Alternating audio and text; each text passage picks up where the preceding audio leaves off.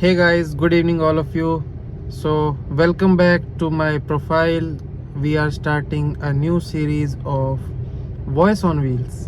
Yes, because studio में बैठ के बातचीत अलग होती है, लेकिन ठंडी हवाओं में ड्राइव करते हुए जब हम नेचुरल थॉट्स एक दूसरे से एक्सचेंज करते हैं तो वो बहुत प्रोडक्टिव होते हैं।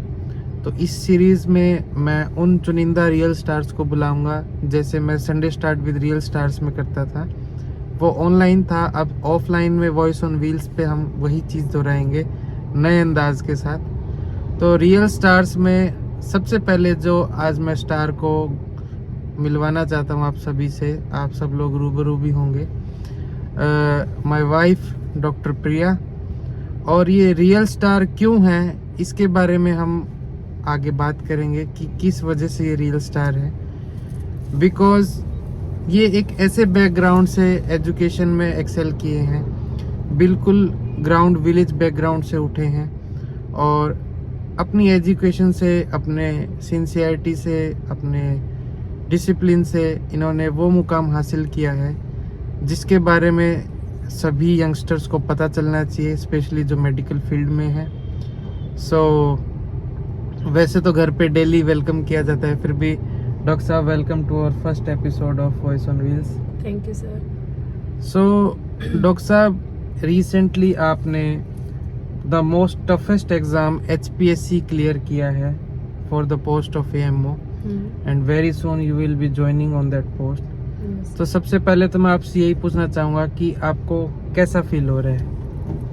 ऑब्वियसली मतलब पहली बार, अब पहले ही जैसे BMS की है मैंने, तो BMS करते ही मुझे ये अपॉर्चुनिटी मिली है और इसमें मेरा मतलब ज्वाइनिंग होने वाली है। तो एक तो ये भी है, वेट कर रहे हैं कब ज्वाइनिंग हो, और बहुत अच्छा फील हो रहा है। ये सभी तरफ से पॉजिटिव वाइब्स आ रही है? हाँ जी, सभी पॉजिटिव वाइब्स है, फैमिली की तरफ से, रिलेटिव्स की तरफ से, सब मतलब पूछते हैं, पता चल रहा है कि हाँ कुछ अलग ही हुआ है लाइफ में, कुछ किया है। Now you became an officer. या okay, so very good doctor साहब, आपको पॉजिटिव वाइब्स आगे भी मिलती रहें। और तो डॉक्टर साहब, मैं आपसे ये जानना चाहूँगा कि क्या आपने कभी सोचा था कि आप इस पोस्ट तक पहुँचेंगे, या आपने अपनी लाइफ के बारे में क्या सोचा था? थोड़ा उसके बारे में डिटेल में बताएं। जब मैं स्टार्टिंग में थी स्कूल टाइम में, तब इतनी मुझे नॉलेज नहीं थी किसी चीज़ की। मैं गवर्नमेंट स्कूल में पढ़ती थी। उस टाइम मेरे फादर ने ड्रीम देखा था डॉक्टर बनने का, और फादर मेरे एक्सपायर हो गए थे 9th क्लास में। उसके बाद मेरे ब्रदर ने मेरी हेल्प की भी, उन्होंने मेरे को डॉक्टर के इस पद में तक पहुंचाया। तो जब हमारा टाइम था 2018 में, मैंने नीट का एग्ज़ाम दिया था, उसके थ्रू BMS में एडमिशन हुआ। और मेरा बैकग्राउंड जो है गवर्नमेंट स्कूल से था, तो मेरे लिए प्लस पॉइंट था कि जो आयुर्वेदिक है, आयुर्वेद, उसको समझना इजी था मेरे लिए थोड़ा। तो मैंने फिर BMS की, BMS करते ही जस्ट बस MD की प्रिपरेशन करते करते ही HPSC का एग्ज़ाम हो गया, अदरवाइज MD की तरफ जाने का प्लान था। अच्छा डॉक्टर साहब, आपने जैसे बात की कि आपने नीट का एग्ज़ाम क्वालिफाई करके BMS में एडमिशन लिया, और आपने बताया कि आयुर्वेदिक समझना आपके लिए इजी था। तो क्या वो आप अपनी लैंग्वेज के कंटेक्स्ट में ये बोल रहे हैं कि इजी था, या आयुर्वेद का विज्ञान बहुत सरल है जो समझा जा सकता है? देखो, एक तो लैंग्वेज भी प्लस पॉइंट होता है कि उसमें थोड़ा हिंदी और संस्कृत का टच होता है, तो वो मैंने संस्कृत भी 8th क्लास तक पढ़ी थी और वो भी था। दूसरी चीज़ ये कि मैं गांव से हूँ, ग्रामीण क्षेत्र में क्या होता है कि मैं ऊपर से थोड़ा खेतों में रहने वाली हूँ, तो वहाँ पे पेड़ पौधे और ये चीज़ हम जो है, मैं बचपन से ही टच में रही। औषधियाँ, सारी जड़ी बूटियाँ, आप उनसे बचपन से फैमिलियर हैं? हाँ जी। हाँ। तो मेरी मदर है, वो भी थोड़ा औषधियों के बारे में बताते रहते थे मुझे। वो देखते थे भी ये इसमें यूज़ करते हैं, हम ये इसमें यूज़ करते हैं। कुछ पशुपालन करते हैं तो वहाँ भी औषधियों का प्रयोग होता है, क्योंकि वहाँ मेडिसिन नहीं होती थी पहले, पशुओं को देने के लिए डायरेक्ट मेडिसिन नहीं देते, पहले घरेलू उपचार करते थे, वो करते थे। तो उनको देख देख के एक इंटरेस्ट भी बनता है भी हाँ, हमारी जो पैथी है उसमें बहुत मतलब ये है कि जड़ी बूटियाँ, हमारे पास हर चीज़ है। जो इतनी संसार में जितनी भी औषधि, जितने भी प्लांट है, वो अपने आप में एक औषधि है, अगर उसको हम युक्तिपूर्वक उपयोग करें। जी डॉक्टर साहब, तो इसका मतलब ये समझे कि आप प्रैक्टिकल थिंग्स से फेमिलियर थे, इसलिए आपको through out the course easy रहा उनको समझना और आगे एक्सेल करना। हाँ जी। और ये तो नेचुरल सी बात है, हमारे व्यूअर्स को भी पता होगा कि जो हमारे दादी नानी दादा थे उनको हर पेड़ के गुणों के बारे में पता था। और जैसे हमने भी हमारी एक सीरीज स्टार्ट की थी 6-7 साल पहले स्माइल स्टिक की, तो दातुन को लेके हमने प्रमोशन किया था हाँ जी। कि हमारे दादा लोग बुढ़ापे तक भी उनके दांत कैसे स्वस्थ रहते थे। वो लोग कोई पेस्ट यूज नहीं करते थे, फिर भी वो स्वस्थ रहते थे, उनके दांत ठीक रहते थे, उनकी सेंसरी ऑर्गन्स ठीक रहती थी। तो ये एक व्यवहारिक ज्ञान था जो सबको पता होना चाहिए। और आप फॉर्चुनेट थे कि आपको आयुर्वेद की स्टडीज मिली, तो आपको वो ज्ञान बहुत स्ट्रोंग हो गया। हाँ जी।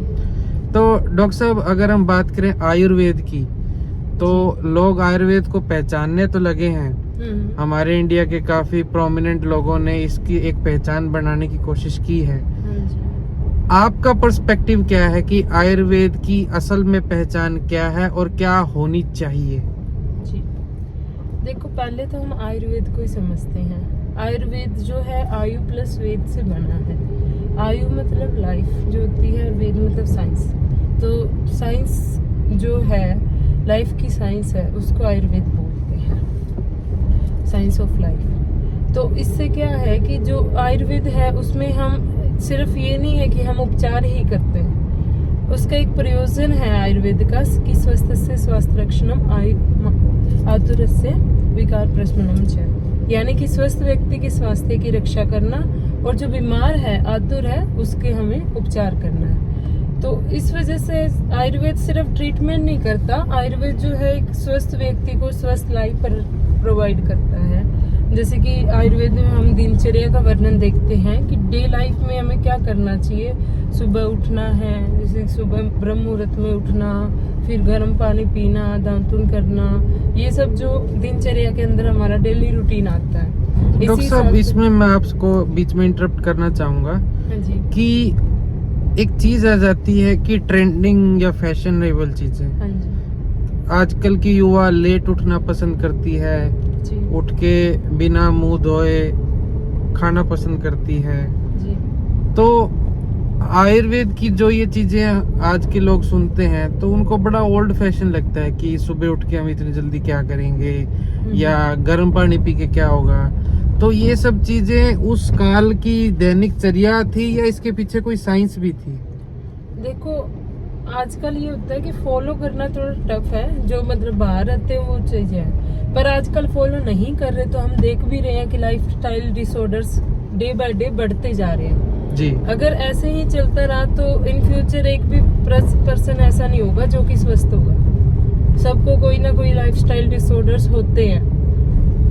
आजकल भी देखने को मिलता है कि most of the people are suffering from lifestyle disorders. हाँ जी। सो ये तो प्रत्यक्ष है सबके सामने। जितना पॉसिबल हो सके अगर आप दिनचर्या को फॉलो करोगे तो इन डिसऑर्डर से बच सकते हो, अपनी लाइफ को सही रख सकते हो। कि ऐसा हो ही ना कि आप डॉक्टर्स के पास ट्रीटमेंट के लिए जाएं। Correct. आप स्वस्थ रहेंगे तो आपको स्वास्थ्य की मतलब जरूरत है। अगर आप आयुर्वेद को फॉलो करेंगे स्टार्टिंग से ही तो आपको किसी पैथी को या किसी मेडिसिन को लेने की जरूरत ही नहीं पड़ेगी। Correct. तो डॉक्टर साहब, आपने आयुर्वेद फॉलो करने की बात की, तो आप अपनी दिनचर्या में कौन से ऐसे एलिमेंट है जो आप फॉलो करते हैं आयुर्वेद के प्रिंसिपल से, और कौन सी ऐसी चीजें हैं जिनको आपको मदद मिली जो करने से, और आपको पढ़ाई में भी मदद मिली उस चीज की जिसकी वजह से आज आप इस मुकाम पे हैं? देखिए आयुर्वेद में एक तो मैंने जो बोला कि सबसे पहले सुबह उठते ही हम जो है पानी पिए, ठीक है, उस थोड़ा गर्म करके गुनगुना जल पीते हैं, मैं हमेशा पीती हूँ। तो उससे ये होता है कि अपना डाइजेस्टिव सिस्टम है वो सही रहता है, पेट अच्छे से साफ होता है, कोई प्रॉब्लम नहीं होती, किसी में कोई दिक्कत नहीं आती। तो सब अच्छे से आपके दिन की शुरुआत अच्छी रहती है, फ्रस्ट्रेशन नहीं रहती कि ये नहीं हुआ वो नहीं हुआ इस चीज़ में। और सेकंड थिंग ये है कि मैं जो ग्रामीण क्षेत्र से बिलोंग करती हूँ तो मेरा खान पान जो था वो ग्रामीण हिसाब से, ताकि ज़्यादा मिर्च मसाले की चीज़ें नहीं खाते, बाहर की चीज़ें जंक फूड वगैरह अवॉइड करती हूँ मैं जितना हो सके। उससे भी फिर अपने लाइफस्टाइल में चेंजेस आते हैं, उसका में फ़ायदा रहता है। क्योंकि जैसे अब मेरा स्टडी टाइम था, उस टाइम सेडेंटरी लाइफ थोड़ा ये हो गया था, बैठे बैठे रहना हमें मजबूरी बन जाती है उस टाइम कि हमें बैठना पड़ता ही है, टाइम देना पड़ता है। तो मैं उस टाइम फॉलो करती थी अपने लाइफ में कि मैं चलते हुए थोड़ा पढ़ती थी, कि पढ़ते टाइम थोड़ा चलते हुए पढ़ना रूम में भी। तो उसमें ये रहता है कि अपना थोड़ा बैठने का टाइम है वो कम हो जाता है।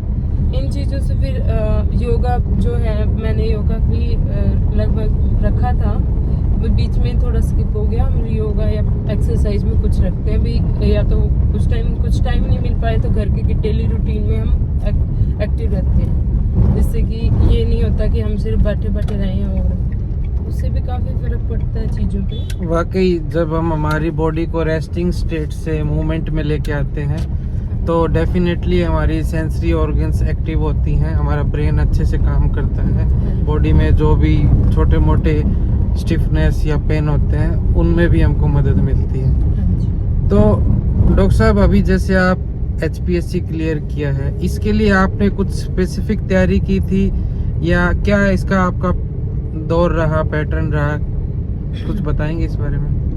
एक्चुअल में जब मैं MD की प्रिपरेशन कर रही थी इंटर्नशिप के दौरान, तो उसी के अंदर जैसे इंटर्नशिप कंप्लीट हुई, ये HPSC का एग्ज़ाम हो गया था, तो जो स्क्रीनिंग टेस्ट था वो तो मेरा उसी टाइम थोड़ा सा गैप आ गया था बीच में, क्योंकि जो 6 जुलाई को था MD का एग्ज़ाम, तो उसके 1-2 महीने बाद जो है HPSC का एग्ज़ाम था। तो उसके दौरान बस उस टाइम रिवीजन की थी, थोड़ा नर्वस भी थे कि भाई क्या होगा क्या नहीं। तो वो स्क्रीनिंग टेस्ट जब निकला और जब स्कोर देखे कि भाई स्क्रीनिंग टेस्ट में अच्छे स्कोर है, तो उस टाइम फिर एक हौसला आ जाता है भाई, हाँ, कि अब हम और अच्छा कर सकते हैं, कि अब यहाँ तक हम आ गए हैं और अच्छा करेंगे। तो इस दौरान थोड़ा सा जब सब्जेक्टिव एग्ज़ाम हुआ था, वो 2 बार पोस्टपोन हो गया था। तो सब्जेक्टिव एग्ज़ाम में ऐसे हुआ था कि पोस्टपोन होने की वजह से हम अच्छे से रिवीजन नहीं कर पा रहे थे उस चीज़ को, थोड़ा सस्पेंस था कब होगा कब नहीं, ऊपर से थोड़ा फैमिली इशू चल रहा था घर में। तो उस दौरान थोड़ा सा हमें मतलब चीज़ों का सामना करना पड़ा मुझे कि कैसे प्रिपरेशन करें, थोड़ी टेंशन भी ज़्यादा थी इस वजह से। तो बाकी उसके बाद मेरी मैरिज हो गई थी और इंटरव्यू मैंने, मेरी जो इन लॉज फैमिली है यहाँ पे, मेरे को इंटरव्यू की तैयारी करवा दी गई थी और मतलब सपोर्टिव फैमिली मिल गई मेरे लिए। प्लस पॉइंट ये है कि हर एक, आई डोंट नो कि किसकी किस्मत कैसी हो, मेरी किस्मत अच्छी है जो मुझे मतलब पहले इन लॉज फैमिली भी अच्छी मिल गई। और तो आपकी बहुत ही स्ट्रगलिंग जर्नी रही थ्रू आउट द एग्ज़ाम की डेट्स, और अभी इन बिटवीन आपकी मैरिज भी, फिर भी आपने सिलेक्शन लिया। एक लास्ट क्वेश्चन मैं आपसे पूछना चाहूँगा डॉक्टर साहब कि देखिए, जो सिंसियर बच्चे होते हैं जैसे कि आप हैं, तो ऑब्वियस सी बात है स्टडी के साथ स्ट्रेस भी काफ़ी आता है। तो आप अब इस जर्नी से, स्ट्रगलिंग जर्नी से निकल चुके हैं, तो आप जो बच्चे प्रिपेयर कर रहे हैं MD के लिए या ऑफिसर रैंक के एग्जाम्स के लिए, उनको क्या टिप देना चाहेंगे कि भी स्ट्रेस कितना लेना चाहिए और अगर हो तो उसको हैंडल कैसे करना चाहिए? देखो, सबसे पहले तो मैं एक चीज़ बताना चाहती हूँ, क्योंकि ये मेरे साथ हो गया बाय मिस्टेक भी, मैं थोड़ा ज़्यादा स्ट्रेस लेती थी। तो जब भी आप किसी भी एग्ज़ाम की तैयारी कर रहे हो तो उसमें अपना 100% दो, कि भाई तैयारी कर रखी है, जो होगा वो अलग छोड़ दिया हमने, उस पर ये मत सोचो कि ये नहीं हुआ तो क्या होगा, क्योंकि मेरे साथ थोड़ा हुआ ये चीज़। तो ये कभी मत सोचो कि ये नहीं हुआ तो क्या होगा, क्योंकि वो नहीं हुआ वो तो आ ही जाएगा सामने। जो हो रहा है उस पर ध्यान दो, भाई अगर हो गया तो क्या होगा, बहुत अच्छा है भाई, आप अपना 100% दे रहे हो, बस बेस्ट उसी में ध्यान दो कि आपने करना क्या है, कैसे करना है। ये मत सोचो कि कोई आपको क्या कहेगा, किसने देखना है किसने नहीं देखना, आप खुद के लिए करो। जो भी कर रहे हो आपको पता आप कितनी मेहनत कर रहे हो। कोई दूसरा इंसान, चाहे वो आपकी फैमिली से हो चाहे रिलेटिव हो, वो आपको नहीं देखता कि आप कितनी मेहनत कर रहे हो, कितना आपके अंदर ये है कि आप कितनी स्ट्रेस में हो, कितने टेंशन में हो, किसी को भी नहीं पता होता, वो सिर्फ आपको पता है। तो आप अपने ही नजरिए में अच्छा बनो, दूसरे की नजर में कभी अच्छा बनने के चक्कर में खुद का लॉस मत करो, कभी स्ट्रेस मत रखो। एग्जाम में कोई भी एग्जाम हो, रिलैक्स होकर एग्जाम देना चाहिए। So very well said ma'am कि देखिए, जो प्रेजेंट में आप अवेयर होके जो काम करते हैं, आप सिर्फ उसको 100% करो। जो फ्यूचर में जो होने वाला है या जो पास्ट में हो चुका है, अगर आप उसका स्ट्रेस लेके चलेंगे तो आप प्रेजेंट में 100% नहीं दे पाएंगे। जी। और हम भी हमारे चैनल के थ्रू, हमारे पोस्ट के थ्रू हमारे व्यूअर्स को यही समझाने की कोशिश करते हैं कि live aware life, live a healthy life and try to achieve quality health. Because आप क्वांटिटी तो गेन कर लोगे लाइफ में, आप पैसा कमा लोगे, आप सारी चीज़ें गेन कर सकते हो, but quality health is a very difficult to achieve.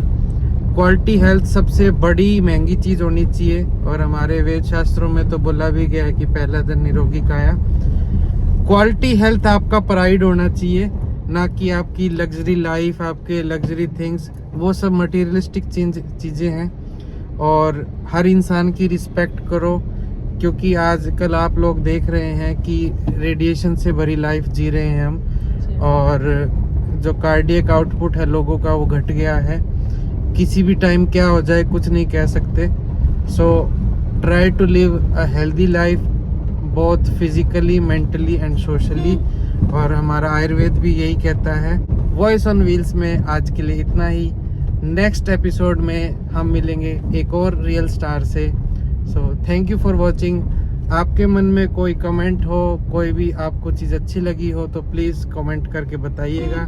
So thank you so much. Doctor टिंकी।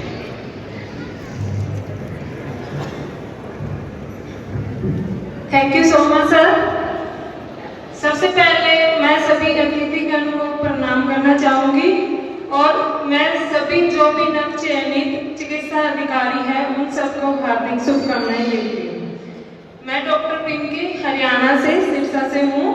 मेरा बैच 2018 है, और 16 जून 2024 में मैंने अभी इंटर्नशिप की ही थी। कि मुझे सबसे अच्छा ये अवसर मिला है कि जैसे ही मैंने BMS कंप्लीट की, मेरी